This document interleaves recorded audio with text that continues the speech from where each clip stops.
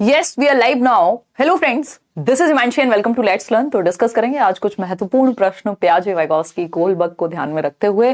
कई चीजें आपको नई जानने को मिलेंगी, कुछ टेस्ट की तरह आपको लेना है इसको, क्योंकि अभी एग्जाम आपके सर पे है। नोट्स पे बिल्कुल जोरों शोरों से काम चल रहा है। कल नहीं तो परसों तो हर हालत में, क्योंकि आज रात को निशा को ऐसे ही रोक लिया हमने, तो आज रात को फाइनल हो जाएंगे। कल भी मैंने नोट्स पे ही काम किया है, तो दोनों सब्जेक्ट के नोट्स, मैथ्स और ईवीएस, परसों तो हर हालत में, और हिंदी वाले ईवीएस के नोट्स तो कल शाम को ही आपको मिल जाएंगे। इस बात से मुझे याद आया है कि टाइपिस्ट्री को बोलना है कि वो अभी भेज दें, ताकि मैं रात में प्रूफ रीड कर लूँ। ओके, ठीक है इतनी बात या नहीं है ये बता दो बस। सभी को गुड इवनिंग, नमस्कार, राम राम, सत श्री अकाल, अस्सलाम वालेकुम, what are you feel connected with. आ जाइए, ज्वाइन कर लीजिए, फिर हम चर्चा करेंगे और आगे का जो प्लान है मैराथन का वो भी आपके साथ शेयर किया जाएगा। जब तक नोट्स कल फाइनल नहीं हो जाते तब तक का समय आप मुझे दे दीजिए, और परसों से चाहे 2 सेशन लगाने पड़े, आपके जो भी करना पड़े कर लेंगे, डोंट वरी। चलिए स्टार्ट करें आज की कहानी। बहुत बढ़िया, लाइक शेयर सब्सक्राइब आप कर दीजिएगा। सेशन आपको पसंद आएगा, पसंद आए ना आए, हेल्प जरूर करेगा। इसके अलावा अगर हम बात करते हैं, ये पीडीएफ्स और जो आपका मॉक टेस्ट की बात हुई थी वो भी आपको मिल जाएगा टेलीग्राम चैनल पर। Fake channel, fake website, fake courses कहीं भी नहीं जोड़ना है। या तो करियरविल ऐप पर अभी भी केवीएस के जितने भी बैचेस हैं उनमें एडमिशन्स ओपन हैं, और ये पेडागोजी का बैच है स्पेशली केवीएस को लेकर के। चाहे आप टीजीटी, पीजीटी और पीआरटी तीनों में से किसी की भी तैयारी कर रहे हैं तो इसमें आप एनरोल हो सकते हैं। और एक कंप्लीट बैच है जिसमें पूरी टीम है, वो पीआरटी का बैच है, जनरल बैच। तो ये आप देख लीजिएगा करियरविल ऐप डाउनलोड करके। अब फटाफट से क्वेश्चंस पे आते हैं। इसको आपको लेना है एकदम टेस्ट की तरह, आसान लगेंगे कुछ क्वेश्चंस, कॉन्सेप्ट कुछ एक्स्ट्रा हम समझ के चलेंगे, क्योंकि जब क्वेश्चन इन्हीं टॉपिक से घुमा करके देगा तो कैसे होगा ये पता होना जरूरी है। और इस टाइम पे आप गाने चला लो यार, तुम तो कोई बात नहीं, ठीक, बहुत ही बढ़िया। हाँ, क्या कह रहे हैं आप? मेरे पास मैसेज आया था कि फोटो साइन अपडेट करें, लेकिन मेरा स्वास्थ्य सही नहीं था तो हॉस्पिटल में भर्ती था। यार अशोक, ये सिचुएशन एक्चुअली उनको समझ में आएगी नहीं। आप चले जाइए, मेडिकल लगा के देख लीजिए। ऑफिस ही जाना पड़ेगा इसके लिए सीबीएसई के, और थोड़ा सा उस पर काम करना पड़ेगा, अदरवाइज चांसेस कम ही हैं अब तो। फटाफट से आप कमेंट सेक्शन में नहीं, पोल में जवाब देंगे, और ज़्यादा कमेंट्स पे ध्यान देंगे नहीं, क्योंकि पढ़ने का टाइम है अभी, ठीक है ना। कॉफी चाय वाय आप लेके बैठ सकते हैं। देखिएगा, बाकी मैराथन्स के लिए तैयार रहिए, क्योंकि मैराथन से भी ज्यादा जरूरी इस टाइम पे नोट्स हैं। क्योंकि नोट्स पढ़ने में, जैसे मैं कल प्रूफ रीड ही कर रही थी ईवीएस, मुश्किल से 1-1.5 घंटा आपको लगेगा। खैर आपको थोड़ा और ज्यादा लग जाएगा, 2 घंटे लग जाएंगे, लेकिन वो मैराथन देखने में शायद ज्यादा समय लग जाए। तो अगर नोट्स को अच्छे से पढ़ लीजिए, डिस्क्रिप्शन बॉक्स में फ्री नोट्स आपके हिंदी इंग्लिश सीडीपी के तो दिए हुए हैं, बाकी के 2 सब्जेक्ट अगले 2 दिन में मिल जाएंगे हर हालत में। The concept of object permanence is attained during Piaget's dash stage of development. बहुत ही क्लासिकल क्वेश्चन है, पता नहीं कितनी बार रिपीट हुआ है, इसलिए इसको महत्वपूर्ण की श्रेणी में नंबर 1 पे रखे हैं, है ना। तो वस्तु स्थायित्व, वस्तु के स्थायित्व की जो अवधारणा है, कॉन्सेप्ट है, वो किस स्टेज में आ जाता है? सिर्फ 50% लोग इतने आसान क्वेश्चन का जवाब सही दे पा रहे हैं। क्या हो गया है? क्योंकि इन्होंने इस बार गड़बड़ किया था आंसर की में, है ना। ये कहेंगे, देखो जो इसका सही उत्तर है वो सेंसरी मोटर ही रहेगा, है ना। इसके लिए आप कई सारे रिसोर्सेज का भी इस्तेमाल कर सकते हो। प्री ऑपरेशनल में अगर ये काउंट करते हैं तो उसमें फिर ऑप्शंस डिफरेंट देगा आपको, क्योंकि प्री ऑपरेशनल में ऑब्जेक्ट परमानेंस चला नहीं जाएगा कहीं, रहेगा वहां पे भी, है ना। लेकिन अचीव या आना ही की जो शुरुआत है वो सेंसरी मोटर का ये कैरेक्टरिस्टिक है, ये विशेषता जो है वो सेंसरी मोटर की है। अगर आप 8 महीने के बाद देखते हैं तो 8 से 12 महीने के 18 से 24 तक तो आ ही जाता है। तो 6 महीने से पहले बिल्कुल भी नहीं है इसकी स्थिति। तो इस संवेदी गामक का कैरेक्टरिस्टिक है। यदि इस तरह से पूछेगा तो, यदि ऑप्शन में आपको वो कॉम्बिनेशन बना के दिया है और सेंसरी मोटर मैच ही नहीं हो पा रहा, तब आप प्री ऑपरेशनल के साथ जाएंगे, ठीक। तो जन्म से 2 वर्ष का है जो कैरेक्टरिस्टिक है। आगे बढ़ेंगे, ये हमें पता है 4 अवस्थाएं होती हैं, sensory motor, pre operational, concrete operational. ये कैरेक्टरिस्टिक, ये जो विशेषता है वो इसी स्टेज की है। 2 से 7, 7 से 11, 11 से 15, ये 4 स्टेजेस हैं। चलिएगा देखते हैं एक बार ऑब्जेक्ट परमानेंस होता क्या है। यानी ऑब्जेक्ट व्यक्ति के दिमाग में परमानेंट हो गया है। अगर आप 6 महीने से पहले बच्चे के सामने ये एक्सपेरिमेंट करेंगे, उससे एक बॉल लेकर के छिपा देंगे कहीं पे, तो जब तक उसको वो चीज दिख रही है तब तक तो वो कहेगा हाँ एग्जिस्ट करती है। लेकिन जैसे ही आपने इस बॉल को छिपा दिया तो अब वो सोच रहा है कि भाई गई कहां ये बॉल, है ना। तो जो चीज सामने नहीं है वो फिर भी एग्जिस्ट करती है, यही ऑब्जेक्ट परमानेंस है। Out of site, out of mind होगा तो ऑब्जेक्ट परमानेंस अचीव नहीं हुई। यानी कोई ऑब्जेक्ट अगर मेरे सामने नहीं है तो वो होता ही नहीं है। तभी बच्चे रोते हैं कि मम्मी को 1 मिनट इधर से उधर हुई कि भैया मम्मी तो गायब है ना, वो गायब नहीं है, एग्जिस्ट करती हैं। ये जब कॉन्सेप्ट आ जाएगा दिमाग में तो ऑब्जेक्ट परमानेंस अचीव हो जाएगी। इतनी बात क्लियर है हमें? बिल्कुल क्लियर है।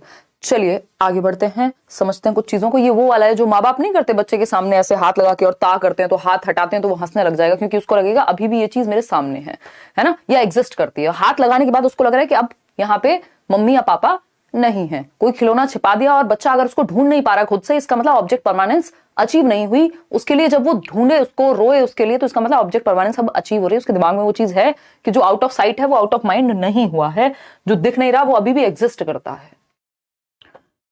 क्वेश्चन नंबर 2 देखिएगा, फटाफट से समझेंगे। क्वेश्चन नंबर 2 कह रहा है, बहुत ही आसान सा क्वेश्चन है कि major proposition of Piaget's theory, यानी पियाजे के सिद्धांत का प्रमुख प्रस्ताव क्या है। बहुत ही तेजी से जवाब देंगे। देखिए अब कोई पूछ रहा है अपेक्षा और उपेक्षा में क्या अंतर है। हिंदी की क्लास चला दें आपकी। अपेक्षा बेसिकली एक्सपेक्टेशन है, उपेक्षा इज कि आप नेग्लेक्ट कर रहे हैं उस चीज को, या आप उसको सिरे से नकार रहे हैं, क्रिटिसाइज कर रहे हैं, ठीक है ना।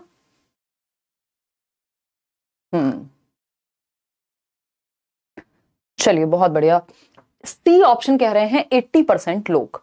सिंपल है, children's thinking is superior to adults. देखिए ना तो बच्चों की थिंकिंग ऊपर होती है, वयस्कों से बेहतर होती है, सुपीरियर होती है, ना ही इंफीरियर होती है। ये दोनों बातें ध्यान रखेंगे, कंपेयर नहीं कर रहे हैं वो इस तरह से कि प्याजे जो है ये नहीं कह रहे हैं कि बच्चों की थिंकिंग या तो निचले स्तर की है, बड़ों की उचले स्तर की है, ऐसा कुछ भी नहीं कहा उन्होंने, पहले ये याद रखेंगे। Children's thinking is quantitatively different. देखो क्वांटिटेटिवली डिफरेंट नहीं होती, यानी अमाउंट तो सेम ही है। बच्चा भी दिन में 50 बातें सोच रहा है, आप भी दिन में 50 बातें सोच रहे हैं, बस डिफरेंस किसका है? क्वालिटी का, गुण का, अमाउंट का नहीं, काइंड का, प्रकार का अंतर है। बच्चे के लिए उसका खिलौनों का रोना है, आपके लिए आपकी सैलरी नहीं आई इस चीज का रोना है, ब्रेकअप का रोना है, किसी और चीज का, या किसी और चीज के बारे में सोच रहे हैं। आप रोते ही नहीं रहेंगे, नॉर्मल भी सोच सकते हैं किसी चीज के बारे में। आपका एग्जाम आ रहा है, आप उसके बारे में सोच रहे हैं। बच्चे के लिए उसको खिलौना वो वाला कब मिलेगा जब उसको कौन सा चाहिए जो, ठीक। तो बस क्वालिटी में अंतर है, सोचता बच्चा भी है, अमाउंट सेम है, काइंड डिफरेंट है, क्वांटिटी सेम है, क्वालिटी अलग है। सेम नहीं भी है तो हमें अंतर किसमें है? क्वांटिटी का अंतर है ही नहीं, क्वालिटी का अंतर है, वो गुणात्मकता का अंतर है, वो टाइप का अंतर है, अमाउंट सेम है। तो सी ऑप्शन। आगे बढ़ेंगे। अकॉर्डिंग टू जीन पियाजे चिल्ड्रन, यानी पियाजे के अनुसार बच्चे कैसे क्या लर्न बाय ऑब्जर्विंग अदर्स, दूसरों को ऑब्जर्व करके ऑब्जर्वेशनल लर्निंग से सीखते हैं। तो ये तो बेंड्यूरा कहते हैं। पियाजे थोड़ी कह रहे हैं कि बच्चे दूसरों को ऑब्जर्व करके सीखते हैं। अवलोकनात्मक अधिगम की थियोरी बेंड्यूरा की है। किसकी है? बेंड्यूरा की है। क्लियर है? स्पीड थोड़ा फास्ट कीजिए। हाँ कर देते हैं फास्ट। अगर हम बात कर रहे हैं बी ऑप्शन की, कैन बी कंडीशनड, कंडीशनिंग की बात कौन करेगा? बिहेवियरिस्ट। और पियाजे क्या है? कंस्ट्रक्टिविस्ट हैं, रचनावादी हैं। तो कंडीशनिंग की बात पियाजे नहीं करते। कंडीशनिंग मतलब एक तरह की आदत डलवा दी आपने कि कुत्ते को घंटी बजाओ खाना आएगा, घंटी बजाओ खाना आएगा, यही काम थॉर्नडाइक कर रहे हैं। नहीं, पियाजे तो बच्चे को एक्टिव रखने की बात करेंगे।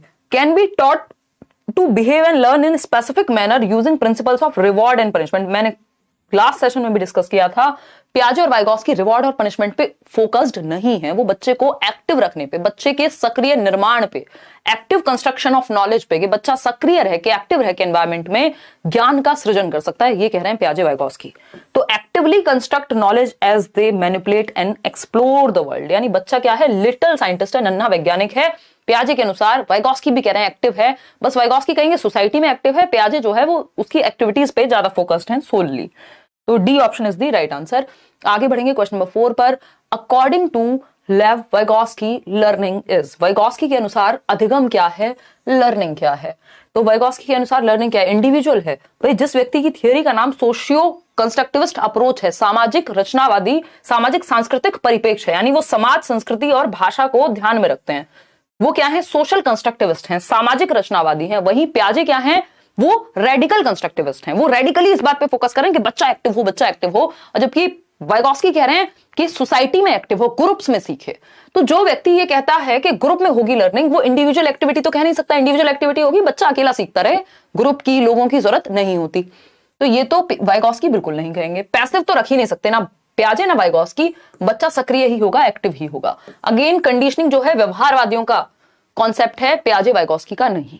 ठीक, तो सोशल एक्टिविटी है लर्निंग, एक सामाजिक गतिविधि है। बच्चा पीयर ग्रुप में, पीयर कौन है? जो क्लासमेट्स हैं, जो उसकी एज के लोग हैं, जो उसके दोस्त यार हैं, उनके साथ घुल मिल करके ग्रुप में सीखेगा। तो assistance learning, group learning, peer learning, collaborative learning, cooperative learning, जहां पे सहयोग की, ग्रुप की बात होती नजर आए, समझ जाइए वाइगोस्की की बात हो रही है। D option is the right answer over here.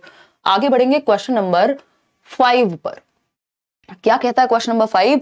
ये कहता है Lev Vygotsky refers to the verbal dialogues that children have with themselves. Focus कीजिएगा, वर्बल डायलॉग्स यानी जो बातें कर रहे हैं बच्चे अपने आप से, मौखिक संवाद जो बच्चा अपने आप से करे, विद देमसेल्व्स यानी खुद से जो बच्चा बातें करता है, खुद से जो डायलॉग करेगा, जो रात को बैठ करके आप खुद से बातें कर रहे हैं, अरे यार ये कैसे होगा, नोट्स तो अभी तक बने नहीं हैं, या नोट्स तो अभी तक पढ़े नहीं है, वट एवर, जो आप खुद से बातें करते हैं वो क्या कहलाते हैं? डिस्टॉर्टेड। डिस्टॉर्टेड तो भ्रांत बातें हो गई, गड़बड़, टूटी फूटी बात। प्रॉब्लमेटिक है, ईगोसेंट्रिक है। ईगोसेंट्रिक किसके अकॉर्डिंग है? पियाजे के अकॉर्डिंग है। लेकिन वाइगोस्की खुद से बात करने को प्राइवेट स्पीच कहते हैं, और ये इंपॉर्टेंट है वाइगोस्की के अनुसार। वो कह रहे हैं ये महत्वपूर्ण एक फंक्शन है जिससे बच्चे का संज्ञान बेहतर होगा, जिससे वो अपनी एक्टिविटीज को डायरेक्शन देगा। भाई आप खुद से बात करते हैं कि नहीं, देख 3 सब्जेक्ट ठीक है भाई मेरे, और बाकी 2 पे काम करना है, तो इसको मैं ऐसे कर लूंगा या ऐसे कर लूंगी। मतलब जब आप खुद से बोल बोल के बातें कर रहे हैं तो आप खुद को डायरेक्शन दे रहे हैं। यही बात वाइगोस्की कह रहे हैं। ये कब से कब तक है? 3 से 6 वर्ष में ये होती है, कई बार 2 से 6 में भी आपको मिलेगी। क्लियर है? इसी चीज को ईगोसेंट्रिक कहा है पियाजे ने, अहम केंद्रित, कि बच्चा सेल्फ सेंटर्ड है इसलिए बातें कर रहा है, बट प्राइवेट स्पीच महत्वपूर्ण है वाइगोस्की के अकॉर्डिंग। क्वेश्चन नंबर 6 देखिएगा फटाफट से। अगेन आपके प्यारे हाइंज आ गए हैं। A child argues that Heinz shouldn't steal the drug, यानी जो एक बच्चा है वो तर्क प्रस्तुत करता है कि हिंज को दवाई की चोरी नहीं करनी चाहिए थी। हिंज कौन है? वही कोहलबर्ग का एक्सपेरिमेंट वाला बंदा, जो उन्होंने एक डिलेमा पेश की थी, कोहलबर्ग ने एक दुविधा पेश की थी कि एक व्यक्ति है हिंज या हाइंज जिसको हम कह रहे हैं इंग्लिश में, और उसको अपनी वाइफ को बचाने के लिए दवाई को चुराना पड़ता है अंत में। तो क्या उसने सही किया या नहीं किया? तो shouldn't steal the drug medicine that can save his wife, drug मतलब वो वाली दवाई जिससे उसकी वाइफ की जान बच सकती थी, उसको चुराना नहीं चाहिए था। अब रीजन पे देखना है हमें, इससे पता चलेगा कौन सी स्टेज है। Because he will be caught and sent to jail, यानी अगर हाइंस पकड़ा गया तो जेल चला जाएगा। इसका मतलब फोकस किस पे है? जेल पे है, सही और गलत पे नहीं है focus. According to Kohlberg, which stage of moral understanding does the child fall under? अगर फोकस दंड पे है, फोकस इस बात पे नहीं है कि नियम टूट जाएंगे, चोरी करना बुरी बात है, ऐसा कुछ भी नहीं लिखा। जेल भेजने से डर है, अदरवाइज जेल ना जाए तो कोई फर्क नहीं पड़ता, फिर तो सही है। तो ये वाली मॉरलिटी होती है punishment and obedience orientation. First stage है, 6 स्टेज हैं और 3 लेवल हैं कोहलबर्ग के अनुसार उनके मॉरल डेवलपमेंट में, नैतिक विकास में। तो ये पनिशमेंट एंड ओबीडियंस है, सोशल ऑर्डर मेंटेनेंस नहीं है ये, क्योंकि ये चोरी करना गलत बात है, नियमों को तोड़ना होगा, ऐसा करना, ये सब होता है यहाँ पे, और नियमों को तोड़ ही नहीं सकते, चोरी कर ही नहीं सकते। ये बात होती अगर इसकी बात होती तो लॉ एंड ऑर्डर, ये 4th स्टेज है। लेकिन यहां फोकस जेल पे है, यहां फोकस सोशल ऑर्डर को मेंटेन करने पे नहीं है कि समाज में फिर एक व्यक्ति चोरी करेगा तो बाकी भी चोरी करेंगे, ऐसा कुछ नहीं है। यूनिवर्सल एथिकल में तो खुद से ही चूज करते हैं कि क्या सही है और क्या गलत है। इंस्ट्रूमेंटल पर्पस में टिट फॉर टैट होता है कि इसके बदले ये मिल जाए, तो बी ऑप्शन। आगे बढ़ेंगे, क्वेश्चन नंबर 7 देखेंगे। पियाजे के बारे में बात हो रही है, इससे आसान क्वेश्चन धरती पे है नहीं अभी तक। ये क्या है? एकदम लड्डू क्वेश्चन है कि नहीं है? बात बताइएगा। बहुत ही बढ़िया। टेंशन हो रही है आप लोगों को? यार इतने सारी चीजें चल रही है ना, ये केवीएस नहीं आता, अगर अभी कुछ दिन बाद आ जाता तो इनका क्या जाता। तो अभी बैचेस में भी क्लासेस, इधर भी क्लासेस, उधर भी क्लासेस, क्लासेस ही क्लासेस अगर हम कहें, बट ठीक है, अच्छी बात है। और फिर नोट्स, डी ऑप्शन 89% लोग कह रहे हैं। चलिए समझते हैं। अकॉर्डिंग टू पियाजे, specific psychological structures, organized ways of making sense of experience are called, यानी पियाजे के अनुसार विशिष्ट मनोवैज्ञानिक संरचनाएं, अनुभव से सही अर्थ निकालने के व्यवस्थित तरीके, यानी ऑर्गेनाइज्ड वे, यानी वर्गीकृत वे, ऑर्गेनाइज्ड वे या नॉलेज या एक्सपीरियंस, जो ऑर्गेनाइज्ड आपके दिमाग में सेट है, जिसको आप पूर्व ज्ञान भी कह सकते हो, प्रीवियस एक्सपीरियंस भी कह सकते हो अपना। ये क्या है? ये स्कीम्स हैं जिनकी वजह से आप चीजों को कर पाते हैं, याद रख पाते हैं, पहचान पाते हैं। तो ये स्कीम्स हैं। उन्होंने mental tools, mental maps, images, इन सब की बात की भी नहीं, अगर आप टू द पॉइंट पढ़ेंगे तो वो organised ways of making sense of experience, मतलब कि आप इस पेन को देख के पहचान पा रहे हैं, यानी आपके दिमाग में ये चीज ऑर्गेनाइज्ड है कि इसको बॉटल कहते हैं, और इसको पेन कहते हैं। तो ये स्कीमा में है, आपके स्कीम है इस चीज की, एक आपके दिमाग में एक छोटी सी पॉकेट ऑफ इंफॉर्मेशन है जो एडिड है पहले से ही। क्वेश्चन नंबर 8 देखिए, जिस चीज को आप देख के पहचान ही ना पाए, हो सकता है उसका स्कीमा आपके ब्रेन में ना हो। क्वेश्चन नंबर 8 देखिए, कंस्ट्रक्टिविस्ट सच एज जीन पियाजे and Lev Vygotsky view learning as. पियाजे कैसे देखते हैं लर्निंग को और वाइगोस्की, अब इस पे ध्यान से पढ़ना है। पैसिव तो बिल्कुल नहीं मानेंगे, निष्क्रिय तो लर्निंग को ना पियाजे मानेंगे ना वाइगोस्की। बच्चे को एक्टिव दोनों रखते हैं, क्यों? क्योंकि रचनावाद पे फोकस है इनका, बच्चे को के नॉलेज को कंस्ट्रक्ट करने पे फोकस है। Process of meaning making by active engagement, अब जिनको पता है पियाजे वाइगोस्की क्या है, कंस्ट्रक्टिविस्ट हैं। देखिए ऊपर खुद ही बता दिया इन्होंने, रचनावादी हैं। आधा जवाब तो क्वेश्चन में ही होता है छिपा हुआ। तो रचनावादी हैं जब पियाजे और वाइगोस्की, तो रचना पे फोकस करेंगे, पैसिव क्यों रखेंगे? और रचनावादी जो कि एनसीएफ भी आपका रचनावाद पर ही बेस्ड है, एनसीएफ 2005, तो ये कह रहे हैं टीचर क्या है, फैसिलिटेटर है। दूसरा रचनावाद कहता है मीनिंग मेकिंग, अर्थ निर्माण, रियल लाइफ से जोड़ के पढ़ाओ, बच्चे को एक्टिव रखो, कॉन्टेक्स्ट में सिखाओ, संदर्भ में। ये सब पॉजिटिव वर्ड्स हैं जो आपको याद रखने हैं कंस्ट्रक्टिविज्म के रिगार्डिंग, कि बच्चा अर्थ निर्माण, उसके जीवन से जोड़ो लर्निंग को। अगर हम बात करते हैं किस चीज की, संदर्भ में सिखाओ, यानी कॉन्टेक्स्ट में सिखाओ, एक्टिव हो बच्चा, मीनिंग मेकिंग हो। एक्विजिशन ऑफ स्किल्स तो दिमाग में भरना हो गया कि साइकिल कैसे चलाते हैं बस सीख लिया, कंडीशनिंग ऑफ रिस्पॉन्सेज जी नहीं। तो नॉलेज एक्टिवली कंस्ट्रक्ट करेगा, बच्चा एक्टिव होगा। और बच्चा कहां एक्टिव होगा, जब मीनिंग मेकिंग करेगा, तो एक्टिव एंगेजमेंट चाहिए होगा। तो पियाजे और वाइगोस्की जहां मिल जाए, बच्चे को एक्टिव रखना ही है। क्वेश्चन नंबर 9 देखिएगा, वाइगोस्की के बारे में बात हो रही है। क्या कह रहे हैं वाइगोस्की? ये कह रहे हैं according to Lev Vygotsky, basic mental capacities that are transformed into higher cognitive processes primarily through, यानी वाइगोस्की के अनुसार आधारभूत मानसिक क्षमता, यानी वो मेंटल कैपेसिटीज, वो मेंटल एबिलिटीज जिनको हायर कॉग्निटिव प्रोसेसेस में ट्रांसफॉर्म किया जा सकता है, बदला जा सकता है, और हायर लेवल के थिंकिंग स्किल पे या कॉग्निटिव लेवल पे, जिसमें आपकी थिंकिंग बेहतर होगी। कॉग्निटिव का मतलब क्या? जो भी चीजें दिमाग से हो रही हैं, जैसे कि सोचना, समझना, जानना, जितनी भी चीजें हैं। बात तो ठीक लग रही है। मैम 22 नवंबर को ही मैसेज किया था इंग्लिश करा दो, आज 22 दिसंबर हो गया, आप भूल गए हो। आपको कल ही इंग्लिश की मैराथन कराना होगा, ये हमारा राइट है। तारीख आर्टिस्ट, बिल्कुल मान सकते हैं आपकी बात हम, बट मैराथन करा देंगे, इंग्लिश का मैराथन करा देंगे, डोंट वरी। पेपर से पहले करा देंगे। और बताओ, इंग्लिश, हिंदी, मैथ्स, ईवीएस, तो इंग्लिश हिंदी तो करा ही देंगे, है ना, या हो सकता है पांचों ही करा दें, डोंट वरी, करा देंगे। यार इतने आप एक काम कर लीजिए, नोट्स तो पढ़ लिया ना इतने इंग्लिश के। डी ऑप्शन कह रहे हैं 83% लोग। अगर हम बात करें, यार घर से कुछ बुक्स आई हुई हैं वो ले आना, कुछ नहीं है एक्चुअली, भर भर के बुक्स आई हुई हैं। तो हम बात कर रहे हैं किसकी? वाइगोस्की की। तो स्टिमुलस रिस्पांस की बात वाइगोस्की नहीं करेंगे, अडेप्टेशन ऑर्गेनाइजेशन की बात पियाजे करेंगे। यही क्वेश्चन अगर पियाजे लिखा होता पूरा एज इट इज होता तो आंसर ये हो जाता। रिवॉर्ड पनिशमेंट दोनों में से कोई बात नहीं करता, स्टिमुलस रिस्पांस दोनों में से कोई बात नहीं करता। सोशल इंटरेक्शन, सामाजिक पारस्परिक क्रिया से, जब आप दुनिया में निकल रहे हैं, चार लोगों से बात कर रहे हैं, अपने आसपास के लोगों से बात कर रहे हैं, विचार विमर्श कर रहे हैं, कुछ उनसे सीख रहे हैं, कुछ खुद सीख रहे हैं, बहस हो रही है ना, डिस्कशन जिसको कह रहे हैं, डिबेट कह रहे हैं, तो उससे आपका संज्ञानात्मक स्तर बेहतर होता है। D option is the right answer over here. आगे बढ़ते हैं क्वेश्चन नंबर 10 देखिएगा। इसीलिए तो हम स्कूल भेज रहे हैं बच्चों को, नहीं तो घर में ही चुपचाप से पढ़ाते रहेंगे, सारी चीजें भर देंगे दिमाग में। बट वो जो सोशलाइजेशन है वो भी तो जरूरी है हमारे संज्ञानात्मक विकास के लिए। तो क्वेश्चन नंबर 10 है, which of the following theorist while viewing children as active seekers of knowledge, बच्चे क्या है? सक्रिय निर्माता हैं ज्ञान के। Emphasise the influence of social and cultural contents on their thinking. देखिए अगर ये क्वेश्चन यही खत्म हो जाता, क्या है वो? एक्टिव सीकर्स ऑफ नॉलेज हैं। तो पियाजे की बात हो रही है, वो कहते हैं बच्चा एक्टिव कंस्ट्रक्टर है, ज्ञान का सक्रिय निर्माता है, लिटिल साइंटिस्ट है, नन्हा वैज्ञानिक है। लेकिन जैसे ही बात हो कि एक्टिव कंस्ट्रक्टर तो है, बट किसके द्वारा? सोसाइटी और कल्चर के द्वारा। तो जब सोसाइटी अगर वर्ड आ गया लास्ट लाइन में, समझ जाओ वाइगोस्की की बात हो रही है, फिर पियाजे की नहीं हो रही। अगर ये क्वेश्चन सिर्फ यहीं तक पढ़ के कोई जवाब देगा तो फिर पियाजे लगा देगा, वो गलत हो जाएगा। तो बी ऑप्शन 82% लोग सही दे रहे हैं इसका जवाब। आगे बढ़ेंगे, क्वेश्चन नंबर 11 देखेंगे फटाफट से। कुछ प्यारा सा सवाल है, कहता है कि which of the following behaviours characterise the concrete operational stage. Concrete operational stage जानते हैं, मूर्त संक्रियात्मक अवस्था, 7 से 11 वर्ष। पियाजे के द्वारा कौन सा एक लक्षण आपको मूर्त संक्रियात्मक अवस्था का दिखता है? बताएंगे फटाफट से। मूर्त संक्रियात्मक अवस्था का, खुशी खुशी लाइक शेयर भी करना है, पढ़ाई चलती रहेगी, बहुत सारी चीजें कर ही रहे हैं, नोट्स भी अच्छे से पढ़ लोगे, पेपर रुकेगा नहीं, डोंट वरी, है ना। पेपर देख के इतना सीरियस नहीं होना।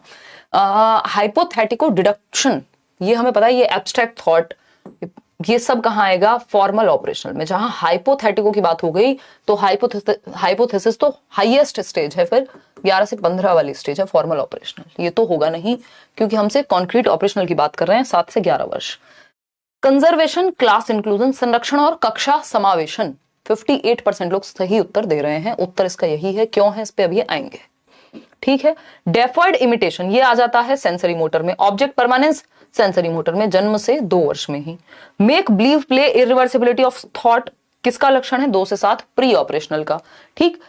आपको पता है कॉन्क्रीट ऑपरेशनल का सीधा सा फंडा मैंने आपके साथ डिस्कस किया हुआ है, सीसीएस, यूनिवर्सिटी नहीं है चौधरी चरण सिंह।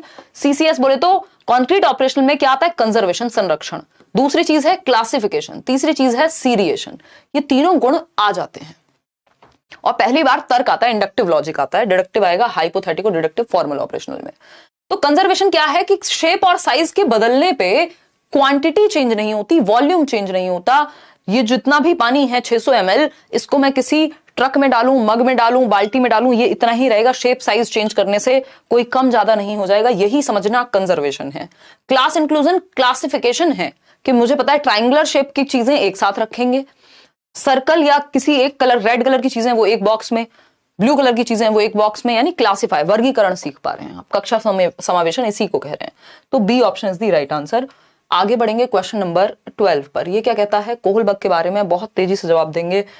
बात हो रही है which of the following is a stage of moral development proposed by Lawrence Kohlberg. Kohlberg के नैतिक विकास की एक अवस्था है। इससे आसान क्वेश्चन अगेन धरती पे नहीं है। यानी क्या है, बानर वाली दीदी नहीं आई क्या, समझी नहीं मैं क्या कह रहा हूं भाई। Why are you so talented? अरे बस हो जाता है, कर लेते हैं। हाँ इजी है ना, इजी लगने चाहिए। अगर ये क्वेश्चंस भी इजी नहीं लग रहे, क्योंकि ये क्वेश्चंस आने निश्चित हैं इस तरह के, और इजी क्वेश्चन गलत करोगे तो फिर गड़बड़ है। हाँ करा दूंगी मैं इंग्लिश, कोई दिक्कत नहीं है। ये तो राइट टू एजुकेशन हो गया। हाँ राधिका बिल्कुल कराएंगे यार, बिल्कुल आप लोग का राइट है, मैं कब मना कर रही हूँ, है ना। देखिए तो लेटेंसी स्टेज, कोहलबर्ग ने कौन इस तरह का एक क्वेश्चन जरूर देगा। हो सकता है इस बार क्या किया, मान लीजिए मॉरल डेवलपमेंट लिखा है, यहां कुछ और लिखा होता, फ्रॉइड लिखा होता, जैसे दूसरा एक क्वेश्चन आया अभी। तो लेटेंसी स्टेज किसने दी है, फ्रॉइड ने। इतना बेसिक हमें पता होना चाहिए। सोशल कॉन्ट्रैक्ट ओरिएंटेशन, हाँ बात तो कोहलबर्ग की चल रही है। कॉन्क्रीट ऑपरेशनल पियाजे ने दी है, ये भी हमें पता है ना। और इंडस्ट्री वर्सेस इंफीरियोरिटी किसने दी है, बताएगा कोई, एरिक्सन ने, एरिक एरिक्सन। और ये सारी स्टेजेस किसकी बात कर रही है, 6 से 12 वर्ष लेटेंसी, कॉन्क्रीट ऑपरेशनल 6 से 12 वर्ष, इंडस्ट्री वर्सेस इंफीरियोरिटी 6 से 12 वर्ष, और ये भी उसी के बीच में आती है। तो यानी स्कूल एज की ही कहीं ना कहीं बात हो रही है। ये भी हमें ऑब्जर्व करना पड़ेगा। तो जरूरी नहीं है ना जो क्वेश्चन पूछा बस एज इट इज पूछ लेगा, इन्हीं ऑप्शन में से किसी एक से क्वेश्चन बना देगा। तो सामाजिक अनुबंध अभिविन्यास, जिसको हम कहते हैं 4th stage, law and order, जहां रूल्स ब्रेक नहीं हो सकते, रूल्स आर रूल्स, ये है बी ऑप्शन। 4th स्टेज है कोहलबर्ग का 2nd लेवल का। आगे बढ़ेंगे, क्वेश्चन नंबर 14 से पहले 13 आता है। ये कह रहे हैं according to Jean Piaget's theory of cognitive development, hypothetico deductive reasoning. इसका जवाब मैंने आपको दिया था। देखिएगा जब भी डिडक्टिव वर्ड लिखा है तो वो सबसे लास्ट में आएगा। डिडक्टिव का मतलब ही है कि आप रूल टू एग्जाम्पल जा पाएंगे। हाइपोथेसिस मतलब परिकल्पना, इमेजिनेशन करके रीजनिंग लगा पाएंगे। अगर इंडक्टिव रीजनिंग या सिर्फ रीजनिंग लिखा होगा तो कॉन्क्रीट ऑपरेशनल, क्योंकि मूर्त संक्रियात्मक में सबसे पहले क्या आती है, लॉजिक आता है। वो कैसा लॉजिक है, इंडक्टिव लॉजिक है, यानी एग्जाम्पल से रूल जाने के लिए। नहीं आज ठंड नहीं लग रही माही, आज लाइट्स बहुत ज्यादा है। एक्चुअली हमारे पास साक्षात जैकेट है बट हमने क्लासेस में पहनी, तो ये देख रहे हो इसका रिफ्लेक्शन इतना है लाइट के साथ, व्हाइट कलर होने की वजह से, मतलब व्हाइट तो नहीं है बट एग्जैक्टली व्हाइट, तो मैं आपको दिखूंगी नहीं, आपकी आंखों में चुभने लगूंगी, इसलिए हटा दिया इसको। Now you got it. हाँ तो कर लेते हैं, हो जाता है। देखिए अगर हम बात करें हाइपोथेटिको डिडक्टिव रीजनिंग की, परिकल्पनात्मक निगमनात्मक चिंतन की, तो ये हाईएस्ट स्टेज पे आएगा। और अगर एब्स्ट्रैक्ट थॉट की बात करता तब भी आंसर यही होता। अमूर्त चिंतन भी इसी स्टेज पर आता है। 11 से 15 वर्ष पियाजे की हाईएस्ट स्टेज। SPCF 4 स्टेजेस हैं, sensory motor, pre operational, concrete operational, formal operational, ठीक है ना। अगर सिर्फ इंडक्टिव लॉजिक होता तो ये हो जाता 7 से 11 वाला। चलिए आगे बढ़ेंगे नेक्स्ट क्वेश्चन की तरफ। आगे बढ़ेंगे क्वेश्चन नंबर 14। क्या कहता है क्वेश्चन नंबर 14, अगर हम बात करते हैं drawing implications from Piaget's theory of cognitive development, यानी पियाजे की थियोरी से यदि आप इम्प्लीकेशन निकालते हो, उसको क्लासरूम में यूज करने की बात करते हो, उसके एजुकेशनल इम्प्लीकेशन की बात करते हो कि कक्षा में कैसे यूज करेंगे किसी भी थियोरी को, ये हम पढ़ते हैं लगभग हर सेशन में आजकल। तो 6 to 8 क्लास का बच्चा है, यानी छठी से आठवीं मतलब 13 या 14, 12 से 14 वर्ष का बच्चा रहा होगा। भाई हमारा राइट टू एजुकेशन एक्ट क्या कहता है कि 6 से 14 वर्ष के बच्चे को फ्री एजुकेशन दो, यानी 8th क्लास तक फ्री एंड कंपलसरी एजुकेशन है। तो 14 साल के बीच में ही होगा ना, 12 से 14 के बीच में होगा 6 to 8 का बच्चा। एज देख के समझना है ना कौन सी स्टेज की बात हो रही है। तो क्या करेंगे आप, इसको रटना नहीं है कि आपको जवाब पता है तो जवाब दे दिया, क्यों है जवाब उसको समझना जरूरी है, क्योंकि इसी क्वेश्चन घुमाएगा तो फिर आप घूम जाएंगे। डिस्करेज तो आप लॉजिकल आर्ग्यूमेंट्स को कर ही नहीं सकते, क्योंकि ये तो लॉजिकल थिंकिंग की स्टेज है। लॉजिक आता है पहली बार कॉन्क्रीट ऑपरेशनल में 7 से 11 में, हालांकि ये 1 साल और आगे आ गए हैं उससे, ठीक है ना। ठीक है, पैसेज तो नहीं तारीख, अभी इतना समय तो शायद नहीं है, बट हाँ हम मैराथन करा देंगे इंग्लिश की, पक्का प्रॉमिस है, पेपर से पहले चाहे कुछ हो जाए, ठीक। Present problems that require reasoning based solutions, यानी ऐसी समस्याएं प्रस्तुत करो जिसमें तर्क का प्रयोग हो। बिल्कुल सही बात है, कॉन्क्रीट से ताजा बच्चा निकला है और फॉर्मल ऑपरेशनल की तरफ बढ़ रहा है, तो रीजनिंग जो है वो वाले क्वेश्चंस जिसमें रीजनिंग हो, जिसमें तर्क हो, जिससे कि तर्क अभी नया आया है उसका यूज करे और एब्स्ट्रैक्ट थिंकिंग की तरफ बढ़ पाए। बिल्कुल। Use only concrete materials to teach a concept. अब कई लोगों को यह लग सकता है कि कॉन्क्रीट मटेरियल, क्योंकि कॉन्क्रीट ऑपरेशनल से जस्ट निकला है बच्चा, वही 12 साल के आसपास है। देखिए कॉन्क्रीट ऑपरेशनल 7, 8, 9 तक सही रहते हैं, उसके बाद फिर आपको लॉजिक का भी प्रयोग करना है, ठीक, क्योंकि कॉन्क्रीट का मतलब है हर चीज दिखाओ। अब जो बच्चा 12 से 14 वर्ष में है उसको तो रीजनिंग का प्रयोग करेंगे ना, तर्क का प्रयोग करेंगे, वो तर्क की एज है, ठीक। उससे छोटा होता तो अब हम बात कर सकते थे। तो तर्क आधारित चीजें प्रेजेंट करनी है, सिर्फ सिलेबस पे हमें नहीं फोकस्ड रहना होता, सिलेबस या बुक पे ही फोकस नहीं है, हम एक्टिविटी पे फोकस्ड हैं। बी ऑप्शन सही था। अकॉर्डिंग टू वाइगॉस्की के अनुसार when adults adjust the support to extend the current level of performance, child's current level of performance, यानी जो अडल्ट हैं, जो वयस्क हैं, वो बच्चे का जो करंट लेवल ऑफ परफॉर्मेंस है, जितना उसको आ जाता है, मतलब जितना वो आज जानता है प्रेजेंट सिनेरियो में, उसकी प्रेजेंट नॉलेज को बेहतर करने के लिए, एक लेवल ऊपर ले जाने के लिए सपोर्ट देते हैं। इस सपोर्ट को क्या कहते हैं ये पूछा है, सिंपल, सरल, सुंदर, सस्ती, टिकाऊ भाषा में बताइएगा फटाफट से।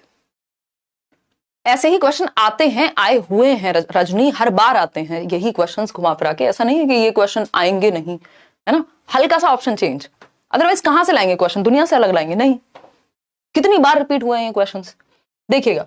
तो वाइगॉस्की के अनुसार जब एक वयस्क बच्चे के निष्पादन के वर्तमान स्तर को सहयोग द्वारा विस्तारित करता है, यानी जो उसका करंट लेवल है उसको विस्तारित करने के लिए एक वयस्क हेल्प दे रहा है। अब इसको ZPD नहीं कहेंगे क्योंकि हेल्प की बात हो रही है, हेल्प दे रहा है। अगर पूछा होता इस हेल्प, करंट लेवल और जो वो कर सकता है किसी की हेल्प के साथ और इंडिविजुअली, उन दोनों के बीच का डिफरेंस, या जिस दायरे में हेल्प दी जा रही है उस दायरे के बारे में पूछता, तब ZPD हो जाता। लेकिन अभी इस हेल्प के बारे में बात हो रही है, जो वयस्क हेल्प देते हैं उसको क्या कह रहे हैं, तो ये स्कैफोल्डिंग कहलाती है, टेम्परेरी हेल्प। जब आप साइकिल चलाना सीखते हैं, कोई व्यक्ति साइकिल पीछे से पकड़ता है और धीरे धीरे छोड़ देता है, जैसे ही आप साइकिल चलाना सीख जाते हैं, उसको स्कैफोल्डिंग कहते हैं, टेम्परेरी हेल्प कहते हैं। नमिता एक बच्ची है, अपना टिफिन लाना भूल गई है, और तान्या एक और उसकी सहेली है, उससे कह रही है कि टू शेयर हर टिफिन, कह रही है बेटा नहीं कि फ्रेंड तान्या एक काम करो, अपना लंच शेयर करो मेरे साथ, you should share your tiffin with me today because I shared my tiffin with you yesterday.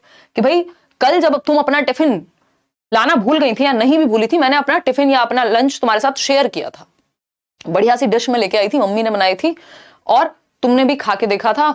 अब तुम्हारी ये रिस्पॉन्सिबिलिटी है कि तुम अपना टिफिन शेयर करो, क्योंकि मैं भूल गई हूं आज लाना, और कल तो मैंने शेयर किया था। अदले का बदला याद करो, बचपन में चलता था, tit for tat, give and take कहते हैं इसको, है ना।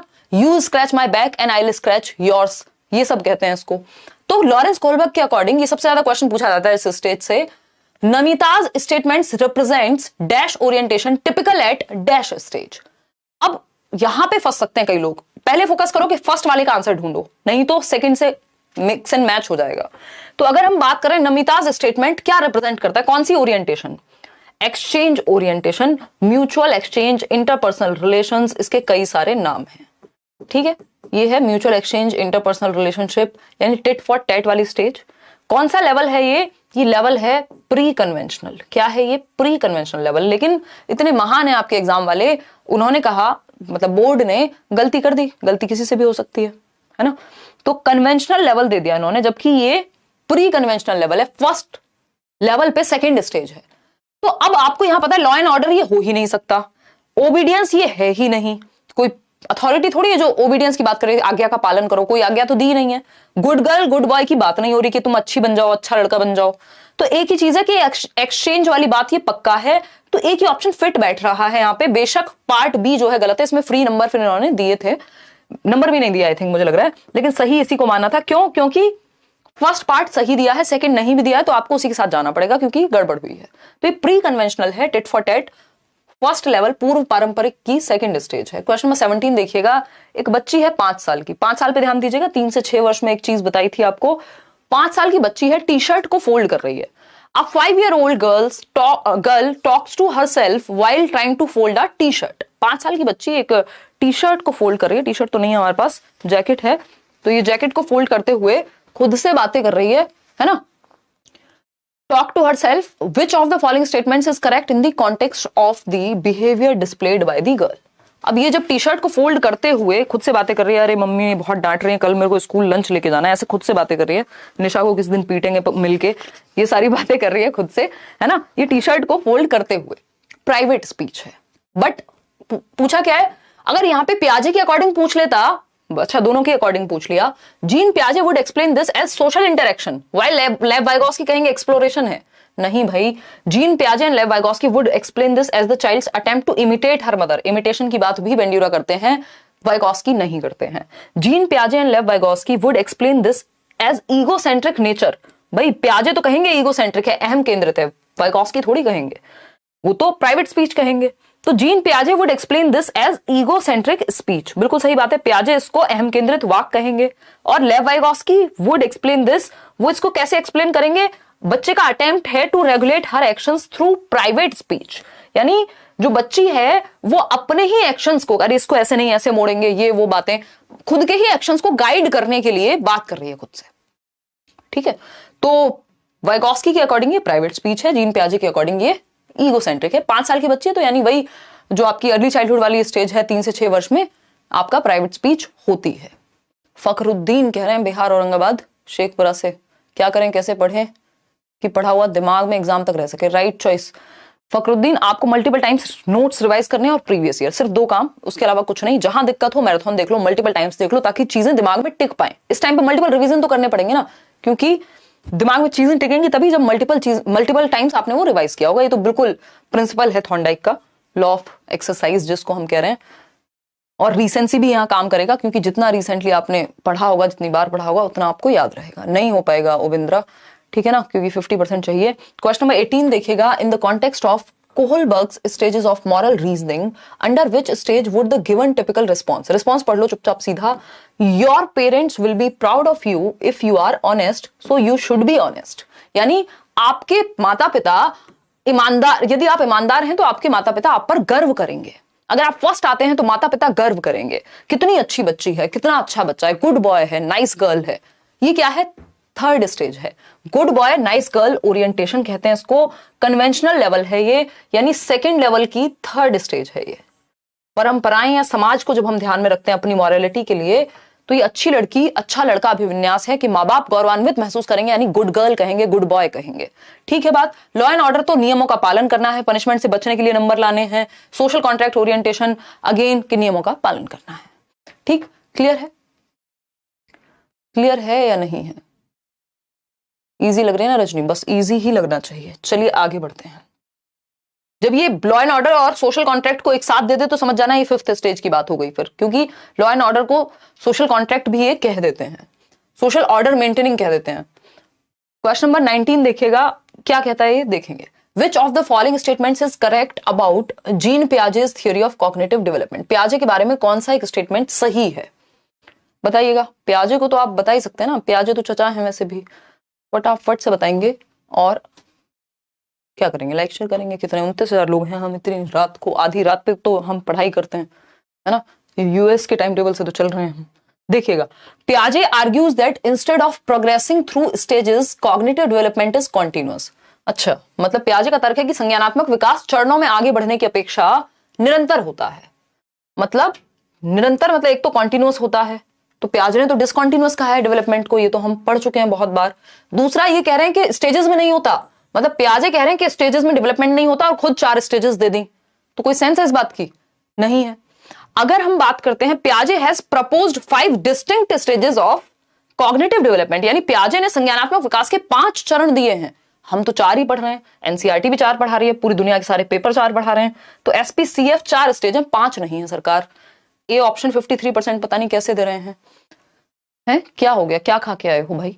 हैं? ए ऑप्शन कैसे हो सकता है? कॉन्टिन्यूअस है कैसे? पियाजे कॉन्टिन्यूअस कहने लग गए डेवलपमेंट को, कब? नींद में? नहीं नहीं नहीं नहीं सरकार, ऐसे नहीं होता।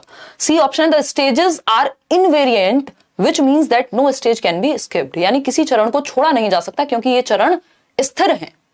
अच्छी नहीं लग रही ये बात?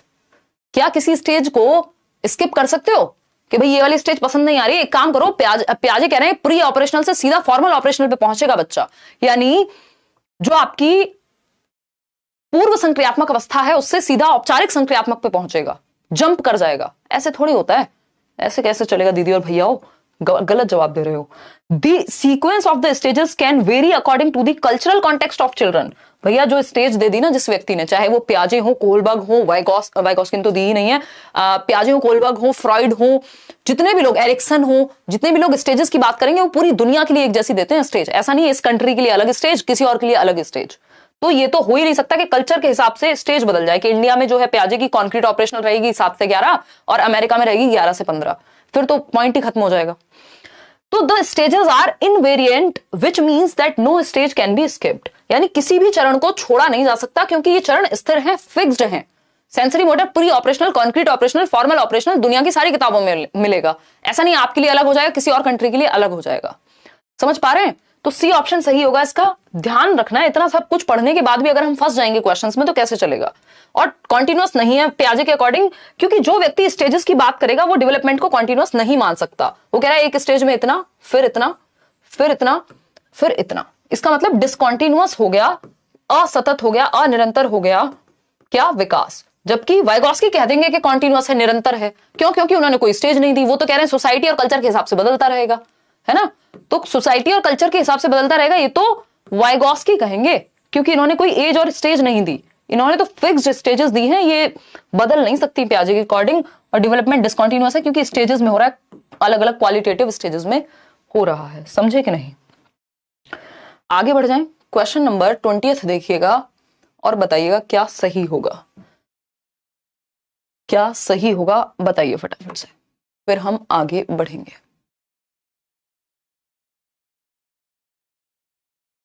अच्छा, धन्यवाद आफ्ताब। हाँ ठीक है भाई। देखो YouTube पे या इंटरनेट पे भी बहुत शोर है, इतने सारे लोग हैं, अलग अलग तरह की बातें करने वाले लोग हैं।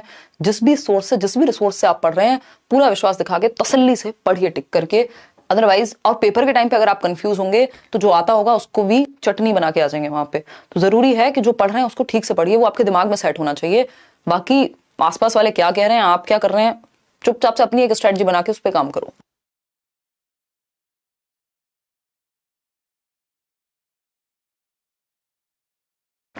देखिएगा, अगर हम बात कर रहे हैं बी ऑप्शन की, 45% लोग कह रहे हैं द कॉन्सेप्ट ऑफ कंजर्वेशन, यानी संरक्षण की बात हो रही है, एज प्रपोज्ड बाय जीन पियाजे। इसका मतलब क्या है? बी कह रहे हैं 44% लोग। मैम मेरे एक्चुअल डीओबी है इतना, but CTET pre admit card आ गया है 7 दिसंबर 1997 से, तो क्या मेरा फाइनल एडमिट कार्ड आएगा क्या? देखो, एडमिट कार्ड तो अब आपका आएगा अगर प्री एडमिट कार्ड आ गया है तो, बट ये चीज एक बार देख लीजिएगा। अगर आपकी गलती रही है तो कुछ नहीं कर पाएंगे, अदरवाइज सीबीएसई जाइए, इसको सुलझाइए पेपर के बाद, पेपर से पहले ही सुलझा लीजिए वैसे तो अगर हम बात कर रहे हैं कंजर्वेशन की, संरक्षण की, तो ये क्या है? It is important to protect wildlife and forest. भैया पियाजे की बात हो रही है, इन जनरल बात नहीं हो रही है कि वाइल्ड लाइफ को बचा लो, इसको कंजर्वेशन कह रहे हैं।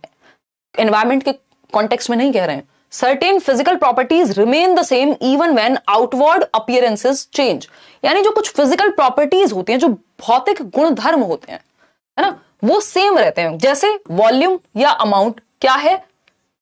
एक फिजिकल प्रॉपर्टी है कि इस बॉटल में जितना पानी है 200 ml है, 500 ml है, 300 ml है, तो 300 ml पानी यदि मैं इस, ये 200 मान लेते हैं, इस मग में डाल दूं तब भी कुछ भौतिक प्रॉपर्टी, क्या ये ml वाली प्रॉपर्टी, ये अमाउंट वाली, या मैं कहूं वॉल्यूम वाली जो प्रॉपर्टी है वो सेम रहेगी। बेशक मैं क्या कर दूं, आउटवर्ड अपीयरेंस को चेंज कर दूं, यानी बाहरी आकृति को बदल दूं, इस मग में डाल दूं बॉटल की जगह। मग की आकृति अलग है, बॉटल की आकृति यानी शेप और साइज अलग है, अपीयरेंस अलग है, लेकिन वॉल्यूम फिर भी सेम रहेगा। इसी को कंजर्वेशन कहते हैं कि शेप और साइज के बदलने पे क्वांटिटी सेम रहती है, अमाउंट सेम रहती है, वॉल्यूम सेम रहता है। ठीक है ना। पूजा कह रही है ma'am I am from HP, अच्छा हिमाचल प्रदेश। डीएलएड के एग्जाम चल रहे हैं, 29 दिसंबर तक हैं और सेम डे पर मेरा सीटेट एग्जाम है। अब क्या करें, एलिमेंट्री एजुकेशन वाले कोई सॉल्यूशन नहीं दे रहे। ऑफ कोर्स वो कैसे दे देंगे सॉल्यूशन, तो ये अब आपको देखना है कि दोनों में से कोई एक पेपर भी अगर आप दे पाओ। अगर पेपर 1 तो वैसे सुबह ही होता है, अदरवाइज तो फिर इसमें कोई भी सच सॉल्यूशन आपके हाथ में नहीं होगा, क्योंकि आप या तो फिर सीटेट क्लियर करोगे और बैक का पेपर फिर से देना जो आपका आ जाए इम्प्रूवमेंट। देखिएगा, तो कोई बात नहीं, वही कर लो आपका डीएलएड वाला। One can arrive at the correct conclusion by systematically testing hypothesis, तो ये तो कंजर्वेशन की बात ही नहीं। दूसरों के पर्सपेक्टिव को लेना क्या कहलाता है, ये तो अगेन ऐसी बात हो रही है कि ये ईगो सेंट्रिज्म की बात हो रही है, तो यहां पे ये सब तो चलेगा ही नहीं। B option is the right answer. Question number 21 देखिएगा, कोहलबर्ग के बारे में कुछ चर्चा हो रही है, समझेंगे। Lawrence Kohlberg's theory of moral reasoning has been criticised on several counts. जब कोहलबर्ग के क्रिटिसिज्म की बात करें तो 99% केसेस में चक्कर यही रहता है कि या तो उनकी थियरी को जेंडर बायस कहा होगा या फिर कल्चरल बायस की बात हुई होगी, कि कल्चरल डिफरेंसेस को यहाँ पे ध्यान में नहीं रखा जाता, कि कल्चरल डिफरेंसेस होते हैं, इसका ध्यान नहीं रखा जाता, क्योंकि स्टेजेस तो पूरी दुनिया के लिए सेम है कोहलबर्ग की। तो अगर हम बात कर रहे हैं यहां, तो Kohlberg has not given typical responses to each stage, नहीं, हर एक स्टेज पे रीजनिंग क्या होगी बच्चे की दिया हुआ है उन्होंने। Kohlberg has duplicated Piaget's method, duplicate नहीं किया है, बेस्ड है उस चीज पे थियरी इन्होंने अपनी ही दी है। Kohlberg's theory does not focus on children's responses, भाई बच्चों के रिस्पॉन्सेज पे तो बनाई है उन्होंने theory. Kohlberg has based his study primarily on a male sample, ये एक प्रॉब्लम है कि जेंडर बायस थियरी है। फेमिनिन एस्पेक्ट को, फेमिनिन एस्पेक्ट ऑफ केयर को उन्होंने कंसिडर नहीं किया है, जो कि कैरल गिलिगन कह ही रही हैं। D option. आगे बढ़ेंगे, क्वेश्चन नंबर 22 देखिएगा एक बार, 25 क्वेश्चन है, फटाफट से करेंगे। Which of the following statements describe Piaget and Vygotsky's views on language and thought? ये क्वेश्चन मैंने जान के डाला है क्योंकि इसमें आप कंफ्यूज होते हैं कि पियाजे भाषा और विचार के बारे में क्या कहते हैं और वाइगोत्स्की भाषा और विचार के बारे में क्या कहते हैं। फटाफट से बताएंगे और आगे बढ़ेंगे। ये एडमिट कार्ड वाले जितने परेशान हो रहे हैं ना, कल मैं एक बार इस पर बात कर लूंगी, समय निकाल के। कल भी कैसे करूंगी यार, इतनी चीजें एक साथ चल रही हैं, करूंगी मतलब या तो फिर क्लास में होती है या इन्फॉर्मेशन आती है, दोनों में से एक ही चीज हो पा रही है। देखिएगा, करते हैं कुछ ना कुछ, करते हैं प्रबंध। निम्नलिखित में से सैटरडे संडे को आपकी क्लासेस रखेंगे ज्यादा, और क्या रखेंगे, हाँ वेंसडे बहुत ज्यादा, ठीक है। तो लैंग्वेज एंड थॉट की अगर हम बात करते हैं, पियाजे और वाइगोत्स्की कैसे व्यू करते हैं, उसको कैसे देखते हैं। According to Vygotsky thought emerges first and according to पियाजे language has a profound effect on thought. अगर आपको पूरा नहीं पढ़ना, यहीं तक ही पढ़ लीजिए। According to Vygotsky thought emerges first, यानी विचार पहले आता है वाइगोत्स्की के अनुसार। यही गलत हो गई ये बात, क्योंकि विचार पहले पियाजे के अकॉर्डिंग आता है, वाइगोत्स्की के अकॉर्डिंग नहीं। वाइगोत्स्की ने ये नहीं कहा कि कौन पहले आता है कौन बाद में, वो कह रहे हैं दोनों साथ साथ चलते हैं, बाद में मर्ज हो जाते हैं। अकॉर्डिंग टू पियाजे thought emerges first and according to Vygotsky language has a profound effect on thought. पता नहीं। Both view thought as emerging from the child's language, ऐसा नहीं है। Both view language as emerging from the child's thought, ऐसा भी नहीं है। तो पियाजे के अकॉर्डिंग थॉट पहले आता है और वाइगोत्स्की के अकॉर्डिंग जो लैंग्वेज है उसका थॉट पे अच्छा खासा प्रभाव है। यानी थॉट पे प्रभाव है का मतलब क्या है भाई, थिंकिंग मतलब कॉग्निटिव डेवलपमेंट। तो वाइगोत्स्की के अकॉर्डिंग तो लैंग्वेज से डेवलपमेंट हो रहा है ना थिंकिंग का या कॉग्निटिव स्किल्स का, तो ये तो बात सही है कि सिंबॉलिक लैंग्वेज से या लैंग्वेज से कॉग्निटिव डेवलपमेंट होता है, ये वाइगोत्स्की कह रहे हैं। पियाजे कह रहे हैं पहले थॉट आएगा, पहले कॉग्निटिव डेवलपमेंट आएगा, उससे लैंग्वेज डेवलपमेंट होगा।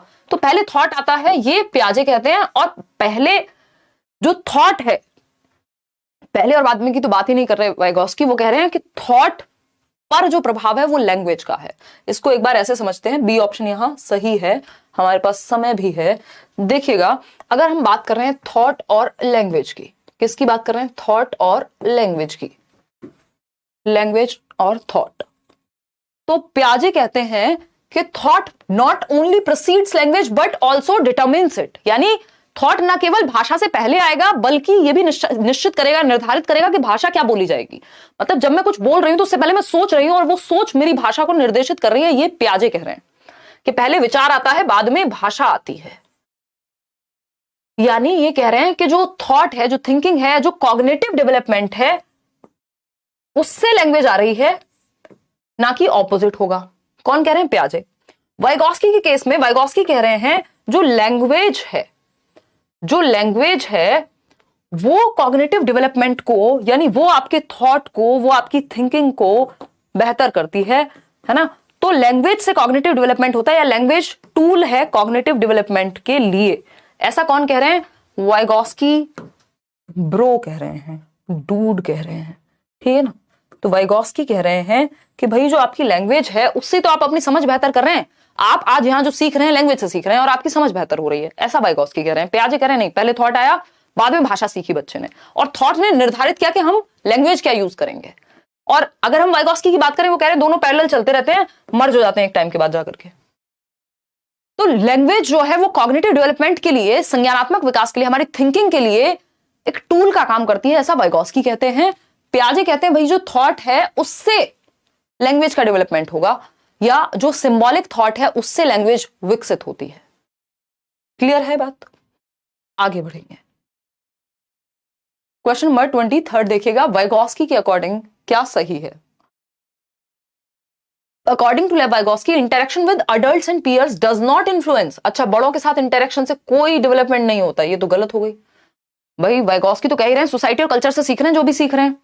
फिर बात आती है language development changes the nature of human thought. यही तो बात हो रही थी ना अभी, कि जो भाषा का विकास है वो आपके विचार पर प्रभाव डालेगा, जबकि पियाजे कह रहे थे पहले विचार बाद में भाषा। ये नहीं कह रहे कि पहले भाषा आ रही है, बट ये कह रहे हैं कि जो इन्फ्लुएंस है, जो भाषा का इन्फ्लुएंस है थॉट पे, तो भाषा से थॉट विकसित हो रहा है। पहले और बाद में की बात वाइगॉस्की नहीं कर रहे हैं। Culture plays a very small role. ऐसा नहीं है कि आपकी संस्कृति का प्रभाव नहीं है आपके डेवलपमेंट पे, वो तो कह रहे हैं समाज और संस्कृति का ही प्रभाव है। लैंग्वेज कैसे एक्विजिशन डिवाइस, LAD से सीखते हैं, तो ये तो बाबा नॉम चॉम्स्की कह के गए हैं कि LAD लैंग्वेज एक्विजिशन डिवाइस, जो कि आपके ह्यूमंस में एक एबिलिटी होती है जिसके थ्रू वो भाषा बोलते हैं। तो भाषा विकास मतलब आपकी लैंग्वेज जैसे डेवलप हुई है वो आपके थॉट को इन्फ्लुएंस करेगी, ऐसा वाइगॉस्की कह रहे हैं। क्वेश्चन नंबर 24 देखिएगा, सेकंड लास्ट क्वेश्चन है Lawrence Kohlberg's theory which level signifies the absence of morality in its true sense, यानी जीरो मॉरलिटी। क्या है? अनुपस्थिति है मॉरलिटी की, अपनी कोई नैतिकता नहीं है बच्चे की, जो बाहर से भर दिया गया है वही सही है। जीरो मॉरलिटी ऑफ सेल्फ, खुद की कोई मॉरलिटी, खुद का कोई सही गलत नहीं होता बच्चे के लिए। किस स्टेज में बताइएगा? मैम लास्ट ईयर आपकी वजह से सीटेट क्लियर हुआ है, जूनियर रह गया था, इस बार दे रही हूँ, बट नेम के आगे कुमारी लगाना भूल गई। 10th में कुमारी लगा हुआ है, तो क्या कोई प्रॉब्लम है? हाँ बिल्कुल प्रॉब्लम है प्रीति, इस तरह की चीजें हम भूल नहीं सकते ना, बिल्कुल प्रॉब्लम है, बट कई बार ऐसा देखा गया है कि चीजें मतलब उतना बड़ा भी प्रॉब्लम नहीं है, बट प्रॉब्लम हो सकती है, तो इस चीज को ठीक कर लीजिएगा। अगर हो सकता है तो एफिडेविट वगैरह लगा करके, बट बहुत मेजर प्रॉब्लम नहीं है। कई बार ऐसा होता भी है कि ठीक है जाने देते हैं, बट ये रिस्क वाली सिचुएशन है आपकी। चलिए 88, हाँ 81, 82 पे आपका क्लियर हो जाएगा ओबीसी से अगर आप हैं तो। हिंदी इंग्लिश मैथ्स पेडागोजी भी आएगी, हाँ आएगी, कराएंगे भी हम मेरम, डोंट वरी। देखिएगा बी ऑप्शन कह रहे हैं 69% लोग, बिल्कुल लेवल 1 है, ये प्री कन्वेंशनल लेवल है, पूर्व पारंपरिक, यानी परंपराओं से पहले, जहां उसको कुछ मतलब नहीं है समाज में क्या सही गलत है, क्या परंपराएं हैं। जब आप छोटे होते हैं आपको खाना मिल जाए टाइम पे, आपको क्या पड़ा है कौन सही कौन गलत, है ना। और ये वही स्टेज है जहां पे punishment and obedience, tit for TET, उसके लिए कोई अपनी कोई मॉरलिटी नहीं है। भाई मैंने तेरे को टिफिन दिया था तू मेरे को दे दे, पनिशमेंट से बचना है इसलिए आज्ञा पालन करनी है, सही गलत कुछ नहीं है उसके लिए, अपनी मॉरलिटी जीरो है। लेवल 2 पे होता है कि कन्वेंशन, यानी समाज में जो चल रहा है वो सही है।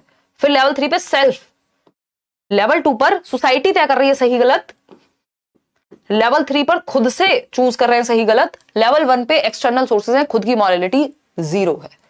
ठीक है, 3 लेवल हैं, 6 स्टेजेस हैं। लास्ट क्वेश्चन आज के लिए पढ़िएगा, जवाब दीजिएगा इसका, फिर आगे बढ़ेंगे। कराएंगे यार मैराथन भी, डोंट वरी, क्वेश्चंस भी करेंगे भरपूर।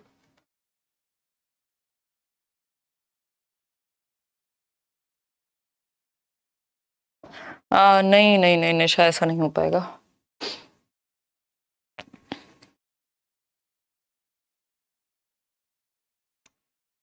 बता दिया इरम के बारे में हमने।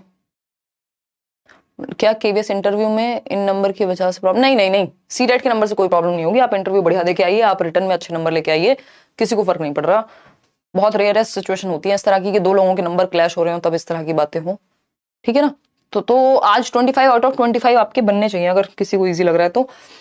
पियाजे proposes that preoperational children are unable to conserve, यानी 2-7 वर्ष वाले बच्चे जो हैं वो संरक्षण नहीं आता उनमें, वो शेप और साइज के चेंज होने पे क्वांटिटी चेंज हो जाती है, ये मान लेंगे। उनको लगेगा एक 4 मान लीजिए बॉल्स हैं, तो जो क्लोज रखी हुई हैं वो छोटी हैं या कम स्पेस ले रही हैं, जो दूर दूर रखी हुई है वो बड़ी लाइन है, जबकि ये 4 ही बॉल्स हैं, ठीक। तो he attributes this inability to which one of the following factors, यानी निम्नलिखित कारकों में से किसको उन्होंने इस असमर्थता के लिए जिम्मेदार ठहराया है? बताइएगा एक बार। कि बच्चा क्या नहीं कर पा रहा? दूसरे के पर्सपेक्टिव को समझ नहीं पा रहा, कंजर्वेशन नहीं है बच्चे में, यानी संरक्षण नहीं है। वो ये नहीं समझ पाएगा ये 200 ml पानी में बॉटल में डालूं चाहे मग में डालूं, बात बराबर है। तो हाइपोथेटिकल थिंकिंग की कमी है। हाइपोथेटिकल तो जाकर के फॉर्मल ऑपरेशनल में आएगी, कंजर्वेशन तो उससे पहले ही आ जाएगा।